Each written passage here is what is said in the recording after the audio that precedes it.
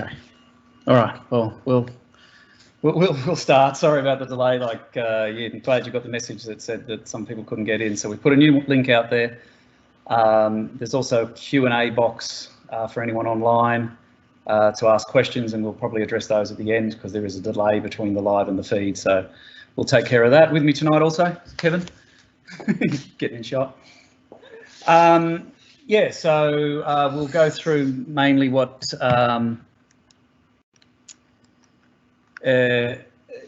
well, yeah, so there's the different ways. Also, if anyone is late to the meeting or couldn't get in tonight and got too frustrated with it, I'll send out the link to the recording so people can watch it afterwards. So there's 3 different ways. So you're here in person, either on live or hopefully, yeah, people will see the recording as well. Because what we're here to address is give you some more information about how we're matching up our international students with the Danish department. But first, a little bit of history. So the international school started in 2012, and actually that's a photo from back then. And as you can see, that it's a multi-age class. There were 15 students. Some were year 6 age, others were year 3 age. And it was one class to begin with, and they split them for some activities, but that's where it started. Then in the year after, we actually split them into our first classes, where we had 2 primary groups and a year 7, 8 and 9 class altogether. And at that time, as we were growing, we were inviting, we referred to them as like Danes. It was local Danish people that had gone to a Danish school that were wanting an alternative or an international education. So at that point, we took probably half of our students were from the local area. What we did at that time was we had this +1 rule. So to match up the systems as best as we could, if they were in Australia class or the 3rd grade, we would put them into our year 4. As we've gone on then through a few more years, our Danish numbers decreased and our international numbers increased. We found that we ended up with quite a mismatch in our age groups, even up to where we would have a 2-year age range within a class. And in the early days, that wasn't a problem because they were mixed and multi-age anyway. But as they started becoming single-line classes, we could see the social impact of having such an age range, especially when they hit the secondary classes. So we were reducing, the Danish numbers and we were getting new people in. And part of the benefit of the Cambridge system is that if you are travelling around the world and you identify as year 7, then you can move to a new country and go into year 7. And you know that there is continuity with your curriculum and you're going into the right matching age of your peers, of your students. So that was happening. We had all these students coming in where our system sort of said they should, but we still had these older Danish children in the class. So we have been over several years correcting that, I guess. So right back from probably the last 5 years, if you were new to the school and had an interview with us, you would have been shown this chart, because it's not just a matter of matching up international and Danish students, it's also those that are coming from the US with a different numbering system, or from the UK, or those coming from the IB system, which has various names for the different grades that they're at. So this was our guide, and we've always been saying that age is our best measure. If someone's coming from the Southern Hemisphere, then they're askew by 6 months, either older or younger, and at which stage they are in their curriculum as their school year ends in December.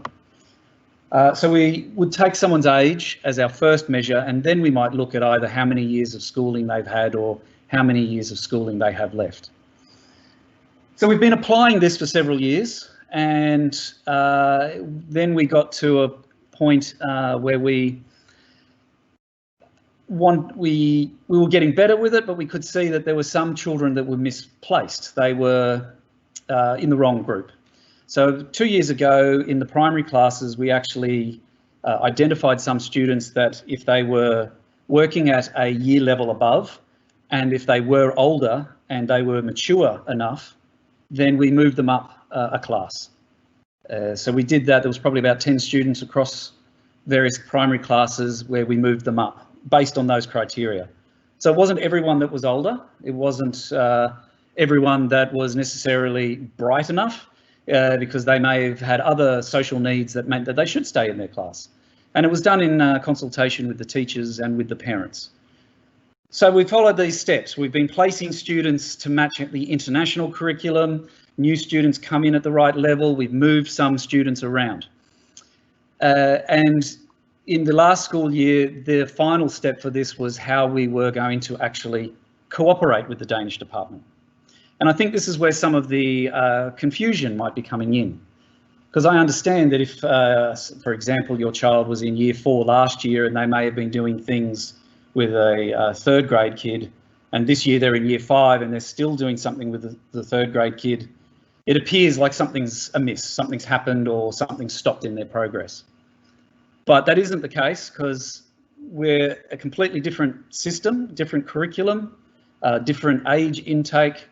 And the meaning behind this is so that when we do cooperate with the Danish department, that the international children are not at a disadvantage. Because usually if they have gone across, they might and done something, they might be the minority. And then if they're younger, they struggle to fit in when they're doing activities together. So if we pair them up with the age a bit better, we feel that gives them a better chance.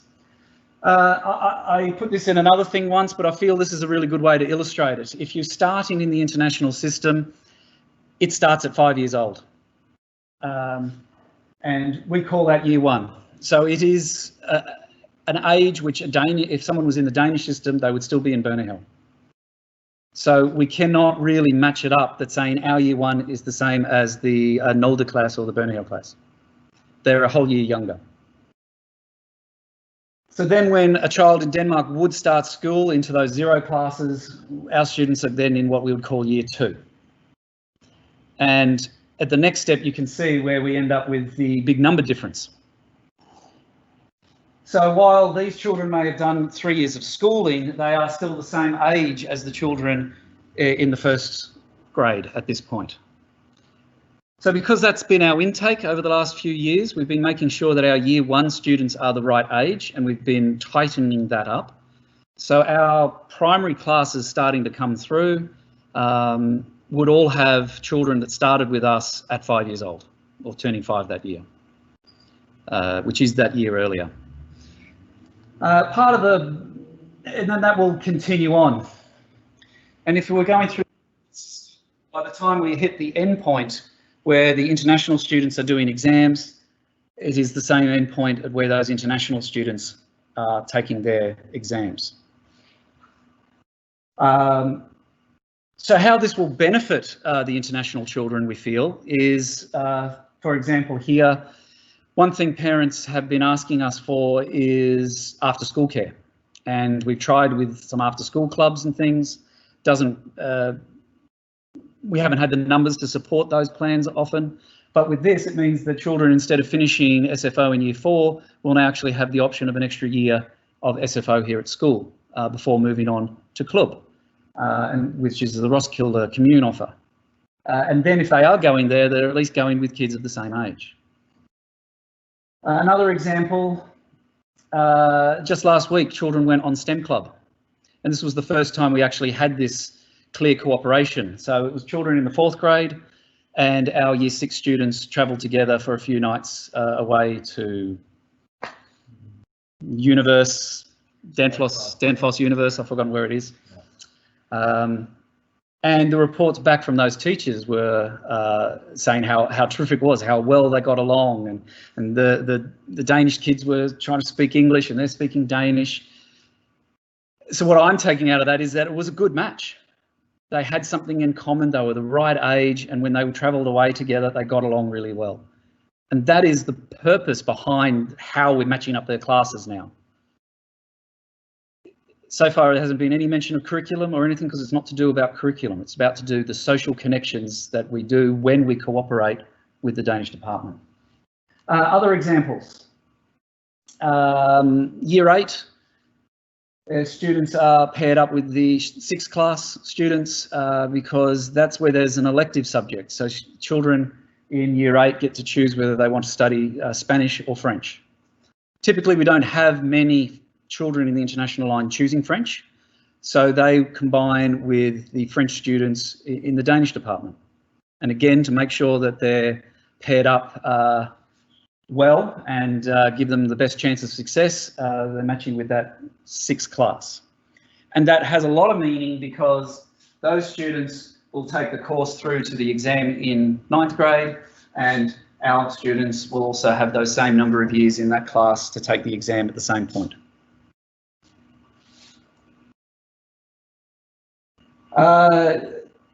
Last year, there were parents in Year 8 were disappointed that they weren't part of Fastelavn in February.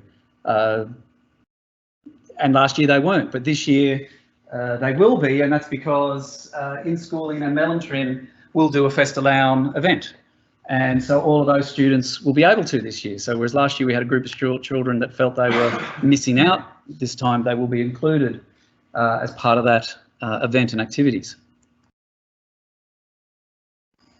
Very soon we have Motions Day, so the activity day, and again when we're cooperating with classes, although because of Corona we won't be mixing in the way that we normally would have with our activities, but in principle in future years that's how it can be combined with those age groups, and again they're at the same maturity level. Couple more examples for the older students.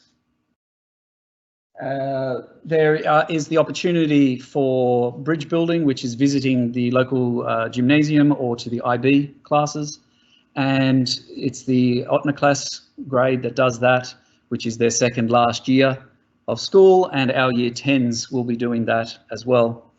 And the final one, there was also a language trip in there is combined with those students as well. So again, those French students will travel with the French class.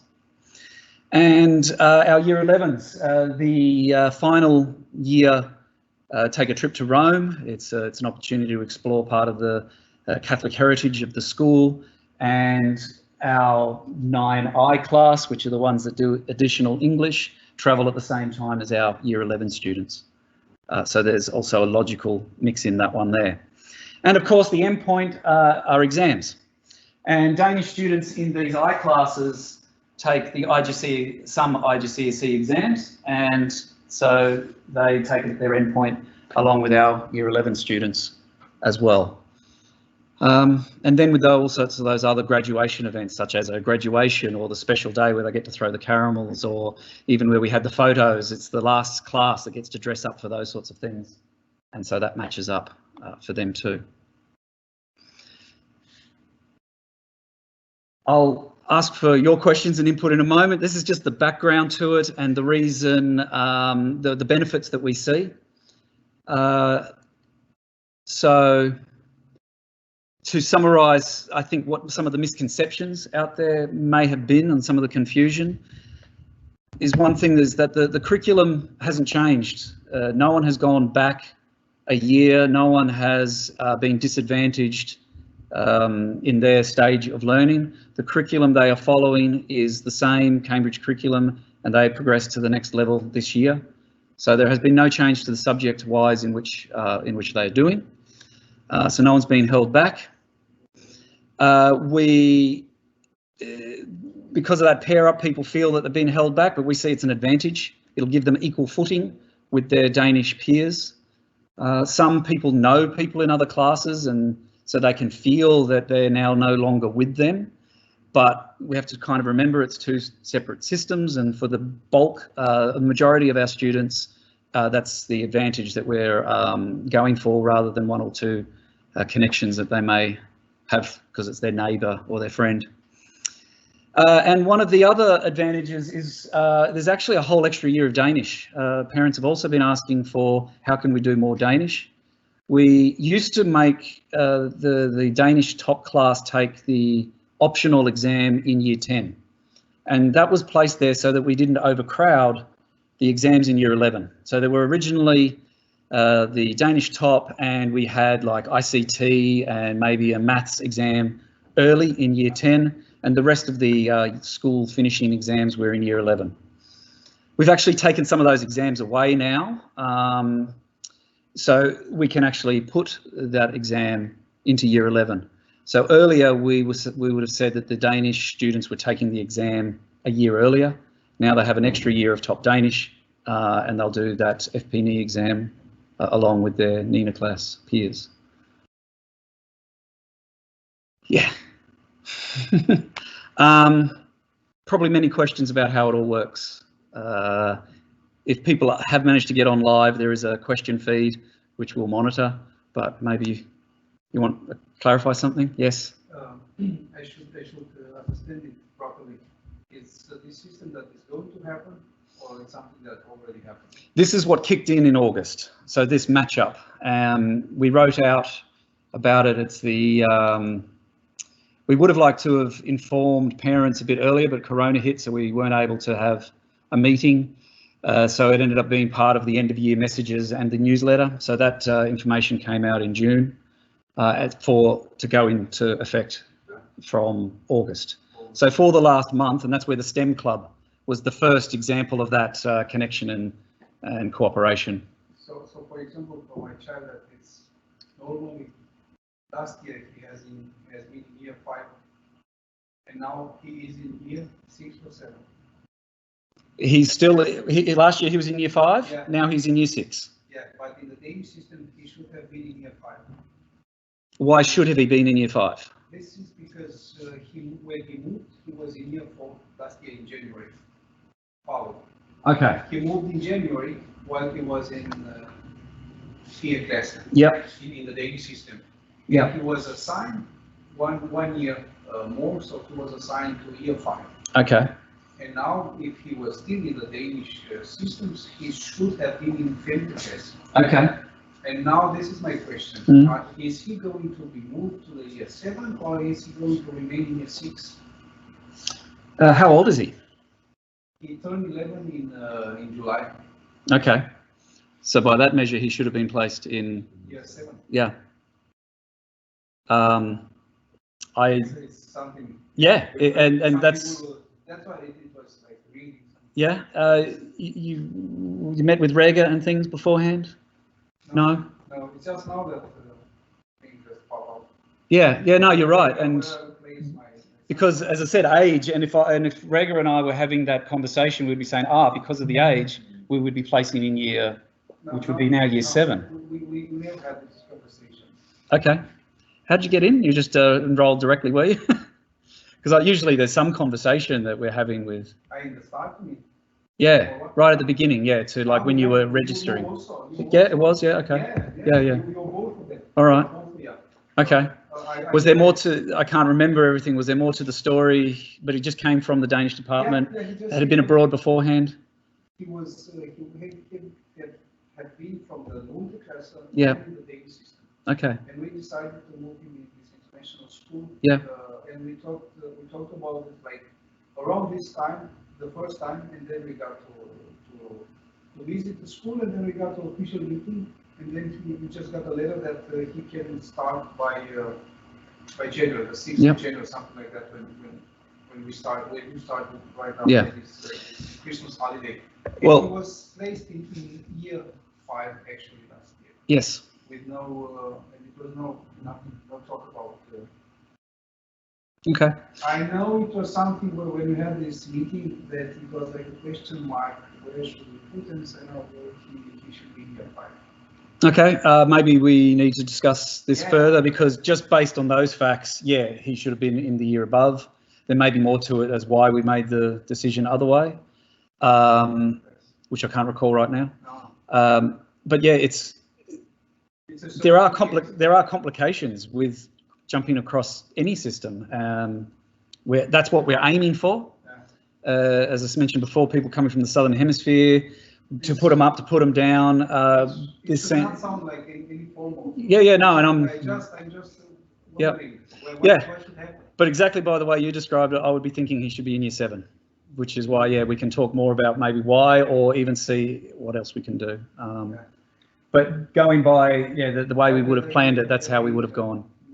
So I can see your confusion by this, yes. We do get some parents who make that decision themselves to keep the child maybe one ahead. But in this case, I'm not saying that it happened, but some parents do say, they will need that extra year. So there is this age range is such a guide because we do take it all individually. But I'm not saying that's in your case, but some parents do decide that. So your child is probably, there's kids in his class that are the same age as him, I would imagine, or some of them are, because some parents do decide that, or as Dom said, some, if they come from a southern hemisphere system, or some of them start school a bit later because they've moved abroad, and that's the advice to get abroad. So there's no straightforward answer, but in your case it sounds like it could. Yeah, but I think also that in my case, of course, we need to talk about it, but in my case I think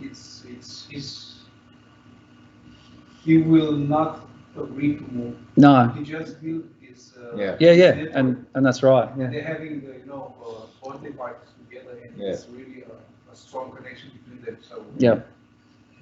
It's also, like I said, it is such a big range, but you do find that it's certainly at the end point when kids go to gymnasium or the IB line in Denmark, because they choose different paths, or they choose after school, or they've chosen team class, for example. So there is, or they take gap year. So there is a big range there.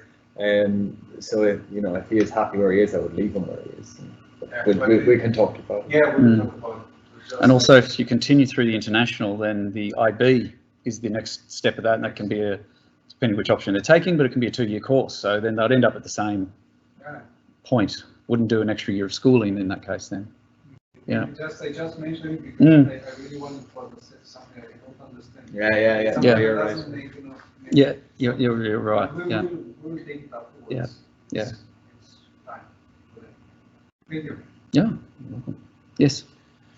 Well, you could say that based on this, if you called Børnehaveklasse year 1 or first class, it makes sense that they are paired, right? So there's also a language thing that confuses, because one starts with year 1 and the other one starts with a 0. Yeah. So it's unfair from the beginning. Yeah. Can we see the slide again? The way that you have presented it up until now, because this makes perfect sense. But how did you present it before? There was this one. No. You go back and you said that you had one of the previous slides. You said if we had met a year ago, this is how I would have presented the age matching, or it was that slide. Yeah. But we've been using that one since which is it now? Probably 2015, 2016. To place children. I think to answer your question, your previous question, there was no real answer, and I think a lot of it had to do before we kind of inherited the international school. Dom and I, we've both been here a while now, and I think it had got to do with the system, registering them in the system, because they were younger and things like that. I don't think they just knew how to handle it properly. So I think originally they weren't quite sure. So it was put in as just what makes sense to put them +1. Yeah, because there isn't a -1. So if they were starting at 5, they placed them as a 0, because they didn't know how else or how to do that. So it was the way they were registered in the systems, and that's where it sort of got out of control at the beginning. Okay, so basically what we're saying here, that might be that there's a 2-year gap in the way that we denominate different, but it's because one started earlier and the one starts with a 0, so age-wise they're not matching. That's the essence of this, yes. Except for the fact that we will have a bigger range in hours because of such movement around the world, and every child has a different parent, has a different story. So, in the Danish system seems to be much more straightforward, because they start Børnehave all at the same time, and start school at the same time, whereas we will still have maybe an 18-month, 2-year range within hours. That's what we're trying to cut down, but you will still get some outliers for, like I said, reasons. And we've also seen problems where Danes have gone abroad, and the schools abroad have said, your child needs to go into this year when they should have been in this other year. So then when they come back to us, they're like, oh, well, they've only had 3 years of schooling so far. So it's very complicated, and we always have to look at them uniquely. Do you want to come over here so you can get on the microphone? I'm finished now. Okay, so does that mean that year 5 kids will go to the club next year? Can we go back? Sorry, you move forward. Sorry, I'm pushing you around. Yep. So year 5 can go to SFO next year. Okay, but they can't go to the club though. Depending how old they are. If they're already one of those older ones, then they can. Because it depends on the year you're born. Yeah. And so there are. people at either end that are going to be either a little bit older or a little bit younger, and we still do have some because of different reasons that might be older. And for club, it depends on the year you are. You know, like 2010 or whatever. Okay. Or no, what would they be now? Yeah, 2010 just started club. Yeah. Okay. I have a question. So it's purely like for social reasons, Yeah.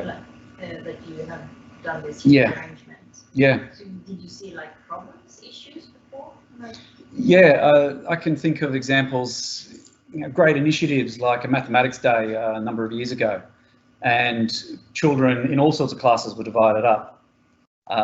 So then including international classes, so there might be a group of kids and 2 international children went into that group. So that's what I mean, like in that group they're a minority, so they already felt a little bit, nervous, but then they were younger and they could feel it.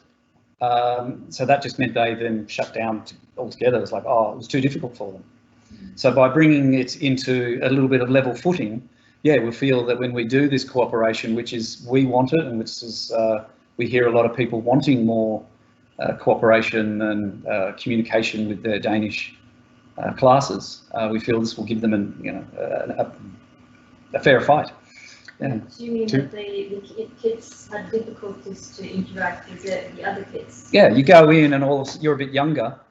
Either they're not, what are they talking about, or I don't get it yet, and yeah, they felt more shy. If I took a class as an example just to illustrate, so I just took a matching up with, say, our year 5 with a Australia class with 3rd grade. The average age of the international students, because we have some that are a little bit older, the average class of our students was 2 months older than the Danish kids, since we've made the change, whereas previously they would have been averaging 10 months younger. So it shows the point that that's why they should be done like this, because now that we do have some kids in there that would be a little bit older, as I said, but on average they're only 2 months older than a Danish class, if I take the average classes. But it also has an effect at the end point, like I said, logistically at the end when we were trying to match them up. For example, our language trip used to happen in year 9, and the French one would happen in other classes, so they didn't match up, so we couldn't send them at the same time. So now it all happens at the same time at the end point as well. Yeah. Can you give us some examples on those common curriculum that you have between international and the Danish department? French. French. Yeah, that's the only one. Yeah. So even the question that some parents had that Don brought up about the misconceptions is maybe they thought the Danish were being held back in Danish, but that's not true, because even the Danish curriculum, even though we're getting them towards the final point of taking the Danish component of the FP&E, they follow their own curriculum for Danish, because we have a different number of lessons, we have smaller groups of kids, we have top and core, so they move at different paces anyway.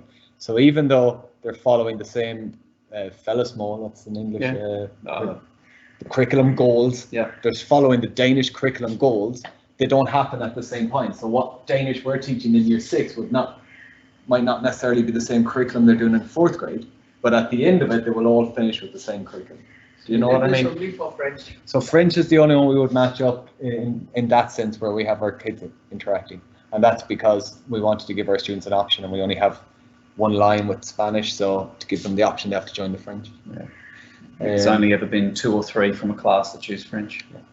The rest stay for Spanish. There's more now. It's getting Is more, there? Yeah, it's getting more Come on, popular. Other instances, for example, would be science talent and things like that, where they cross curricular there. Swimming, I suppose, is not, it's not curriculum, but there is other places that they do mix within. The follow-up question Yeah. is that when it comes to that math example that Mm. so curriculum-wise, you thought they were the same, but this was the level of maturity that No, you see, again, you're going back to curriculum. They're following Yeah, this completely was different curriculum. This was a mathematics day, an experience, not necessarily following any learning objective from any curriculum. It was just let's have a fun day with maths. Okay. Yeah. And that was the way they used to be matched, and that was where the problem was. So by fixing that, that's what we're hoping will be a better experience. But when it comes to French, Yeah. and the curriculum was kind of matched. So in that math example, it wasn't. Was just Yeah, because that was a fun day. The French one, yes. The French one, international students that take French are following the Danish French FP&E curriculum, the Danish Ministry of Education curriculum. Just that's the only subject that we put our children in that way. The Danish exam at the end they can take there. It's a bit confusing because when you do these activities together, I mean, like you have to have some kind of same level of knowledge, like whether it's science or French or math. Yeah. But it seems as if you have these social activities that is not. But even if we're looking at the same level of knowledge, if we're looking at the number of years of schooling, you know, and the learning that they would have gained through schooling throughout their time and the experiences they would have had, you know, I guess ours are at an advantage again because they've got that additional year. There's a comment if you could ask, have a look at the Q&As. Yeah, I'm just getting onto it there. I think I've just seen it, but I think I've answered a lot of the Danish. They were talking about matching the Danish curriculum. I think there's a lot of those there, and I think that's the point I was trying to make at the end. Even though they are working towards the same goal for Danish, the same endpoint, they haven't been following the same yearly plan that a Danish class would. So I think I've answered those there. And just, I'm not sure if it was clear enough before on one thing, Kevin, before it was here where they took that optional Danish exam. And by putting it here, and that would be the end of top Danish. There was no top Danish in year 11 previously. It was just a common group doing samfundsfag in Danish, social studies in Danish.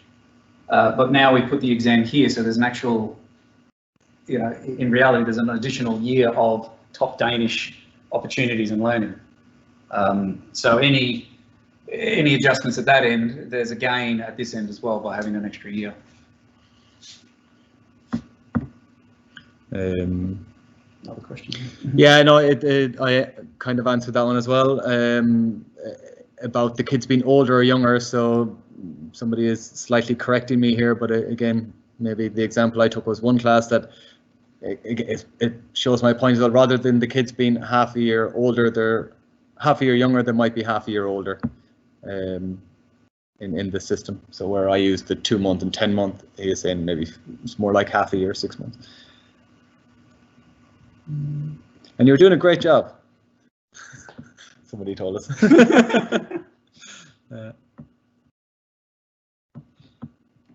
But I think you summarised it really well. Like the changes for social, the match-up is for social means. Yeah, but it also gets a bit confusing when you take the example with French. Then they are like, yeah, I'm slightly confused. And but it's not like course. But to match them socially, they would be here, and curriculum-wise, they're here. So that is equal. There's not a new rule or a change because they're joining the French curriculum. It's actually, yeah, the right point to join the French curriculum. And looking at it the other way around, sorry, the way that it was before that, which was not the correct way, when they were matched 1 year ahead, that means when they were in year 10, they were taking the French exam along with the Nina class at once. So they were taking their FP&E French here, which means what do we do in year 11?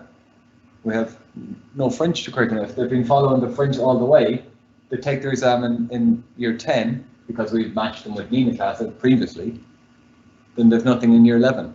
And before there was also the misconception that year 11 was slightly like an international or like a Danish Tina class, or like an optional year. That's also not true because the finishing point is year 11. So again, this way, if they join with the French here at the right point, they will end up taking the French exam at the same time as year 11 and then go to gymnasium or IB. So to reinforce my understanding, the international school would still follow the same Cambridge curriculum. Yep. Yes. And it's only in case of French that they might have to match up with 2 classes lower in the Danish. Yeah. Not lower. Numbered lower. Yeah. Lower. But not age lower or ability or curriculum lower. Okay. Yeah. Yeah, because in general. But that's the confusion. This whole numbering system, it doesn't make sense. Yeah. So I think it's Now it's clear now. And then the difference is the cut, right? The date. Yeah, because So maybe that's also where there's a confusion with these 6 months they talk about, right? So Yeah. the international, is that the cut is the 30th of September? it's October. October. Yeah, you have to be also, yeah. You have to be, to start in the international, you have to be 5 by October. So we can actually have 4.5-year-olds here. And how would that match up with the Danish? They're starting typically in January, like that, the year you turn 6, that January group. So that's where there's a couple Okay, of so months. there's a 9 months. It's not a 9-month, it's a 3-month. Yeah, but from January to September. Just to, again, just to Or count clarify forward. this whole date thing. So someone who, okay, 3 months, but. Yeah, because they're 5 years old. Up to 9 months. And then January, they're still 5, so that's where the year is. It's a year and 3 months, yeah. Okay, Yeah. so the international school, the cut is in October, and the Danish school, the cut is in January Of the following year. of the following year. Yeah, because they have to be 6, not 5. Yeah. So yeah, it's not, but it's not a perfect system because we are. The idea is that we could take this and plant it in another place as well. But again, But yeah, it doesn't match up like that because of the intake. but Yeah. I think there's also this plus that is what creates some of the confusion, I guess. Yeah. Right? Maybe. Yeah. Yeah. And you're right. The cut-off dates are different. Yes. For starting school. But that's why the average age is what we've been looking at as well to make sure that it still makes sense. Yeah. Just come back to a few questions. Somebody's asking about the sound going on and off, but I think it's probably because there's people in the crowd that are asking questions, and you probably can't hear them, so maybe. And I had a microphone that didn't work. It does say that year 11 is a must, not optional like before. Year 11 was never optional. We have had students who left us after year 10, but they leave without any sort of secondary certificate. And we talk about that a lot more when they get to year 10. But if there's any questions on that, you're welcome to contact me separately. But yes, year 11 is a must. Yeah, because that's part of that confusion with the TINA class thing. Like anybody that goes to the TINA class or an after school have finished compulsory school by doing those exams here. And that's the end of compulsory schooling here. And anyone that goes on does IB or A levels or to gymnasium, that's post-compulsory schooling. So it's not the same as a TINA class. There's some questions about confusion about how old they should be when they start in year 1. In year 1, you have to be 5 by the 1st of October. Yeah. So in August, there could be 4-year-olds starting because they turned 5 a little bit later. Yeah. But then somebody asks that they'll be a year and a half older when they get to gymnasium, but that's not true. They will actually, what we find most of the time, if they've been in the international all the way, they're still younger than the Danish kids when they go to gymnasium. They'll be 16 when they start gymnasium, which would be the same as if they took NINA classes. And actually, if they took TINA classes, they'll be 17 or 18. Yeah, after school and all those other options. Yeah. And again, Don mentioned it, but it's also worth mentioning that if they do stay in the international line, they continue to the IB version of high school, university, or sorry, gymnasium. That's only 2 years. So if they do stay in here, or even if they are a little bit older now and they continue international, they'll still finish at a point where they'll be 18, which I would still be young for going to university in Denmark. Because the average is 23, isn't it? I only picked Copenhagen University. It was 21. 21. As an average age for the first year student, 21.4. Yeah, because they choose to travel for 1 year. Yeah, exactly. Yeah. Go to after school and then take a couple of years and do a year work. Think about what they are going to do in that time. Yeah. A little bit older than. Which is good too. Yeah. Yeah.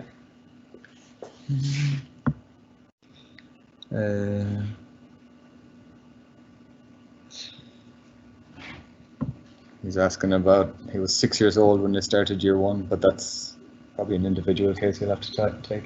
Yeah, and if we go back 2 years ago, there were 6-year-olds that started year 1. That's where we've been doing that tightening up. There were 6, we had it at 6.5, then we reduced it to 6, 2 months. And then last year's year 1 group was down that you couldn't be older than 6 to start year 1 with us. Yeah, so that's been reduced over the last 3 years.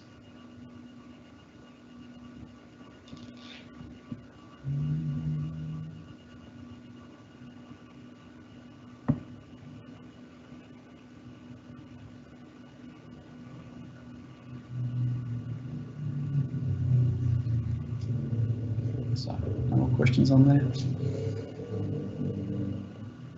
Any more questions? Now,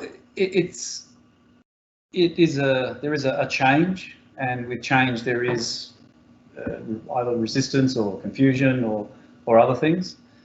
So we hope we've kind of given our rationale and purpose behind it. Not everyone may agree it's the right move, but we're just hoping people understand the reasons behind it. And the motivation behind it is only just to benefit and give the children in the international department the best opportunities that they can have. We all understand the complexities that you have to go through to manage this, Yeah. but it would be, it's just an advice or request or suggestion that, you know, rather than telling it to us after making a decision as an FII and then, you know, creating the panic, and then we, you know, kind of come and approach you in a not so good way. It'll be better if you can, you know, inform us before you make a decision. This is what we are going to do, and this is what the benefits are. Of course, you are more experienced than us to run the school. Yeah, I take your point, and it has come as a surprise. Yes. And it wasn't my intention to make it a surprise, because as I showed that one, that is what we've been showing every family since 2015. Yeah, and so in my mind, it's like, yeah, we have been saying this is how it works, but obviously, I haven't done that well enough. After the fuel, the curriculum that's going on in year 5 currently, I think the standard, I personally feel the standard has gone down quite a lot. Okay, you can address that with the class teachers. Yes, the feedback I just had from them recently was that they're aiming high and putting high expectations on the whole group. Yeah, I mean, I said with my daughter to look at her homeworks, and I feel it's a cakewalk for her, and she's been doing the same thing in last year or in year 4. Okay. So, I agree. All right. So when we, the new announcement as an FII with all these experiences actually made us panic. Yeah, I can see the combination of the year 4, 5, but they're separate issues, but together it's created an unsettled feeling. Definitely reach out to the class teachers and ask what the bigger plan and what they're doing with that. And I think I can't stress that enough, is that with this particular topic, I had one parent before summer ask me about it. So I didn't see or hear the panic because no one actually approached me about it. And it was only because of the year 4 or 5 parent night the other night that they mentioned, oh, this was a hot topic, that the teachers then told me about it, and I spoke to another parent about it as well. So please, communicate both ways. Any question regarding your child, you can always reach out to the class teacher, or if it's more subject specific, reach out to the subject teacher. You can approach either of us in the management as well. We won't know unless you're telling us. It is, we want there to be the open communication, but we can't help you unless you're informing us about what's worrying you and what concerns you have. Yeah. The thing is that everybody, like most majority of us, were not aware of this because it's not always really in the newsletter, because this table was in the newsletter. We're looking at how to communicate. I looked at some statistics on another matter today. Only half the parents look at intra. Yeah. So people aren't reading intra. If people aren't there, we're trying to put out information in as many places as we can to try to get the message out. And the newsletter is never meant to be the announcement place, it's just the additional place.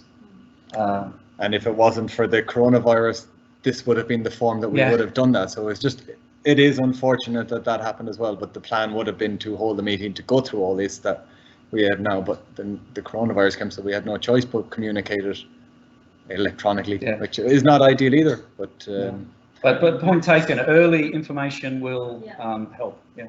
And now we have this format. Yeah, which format was introduced. We're much better at now as well. So back 6 months. Yeah. But we weren't. We weren't so good at it back in June either. So now that we are much better at it. So,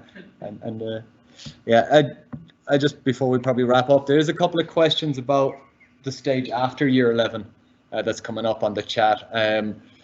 We normally do take those as when parents have their kids in the older ages. I do an awful lot more of that. But if anybody wants to ask those kind of questions now, just reach out to me. Right now, I don't have time to go through all the options because there is decisions that can be made after year 11, whether you go to gymnasium or whether you go to IBs in the international line before university. But I'm happy to put something together and send it out, or contact me and I'll talk to you about it individually. You maybe have to make a video about it. I'll have to do that. What we're doing now. Yeah. Okay. Thank you for your time. Thank you for coming in. Thank you for your questions. And your thank you everyone there. So good evening. Bye bye. Yeah, you too.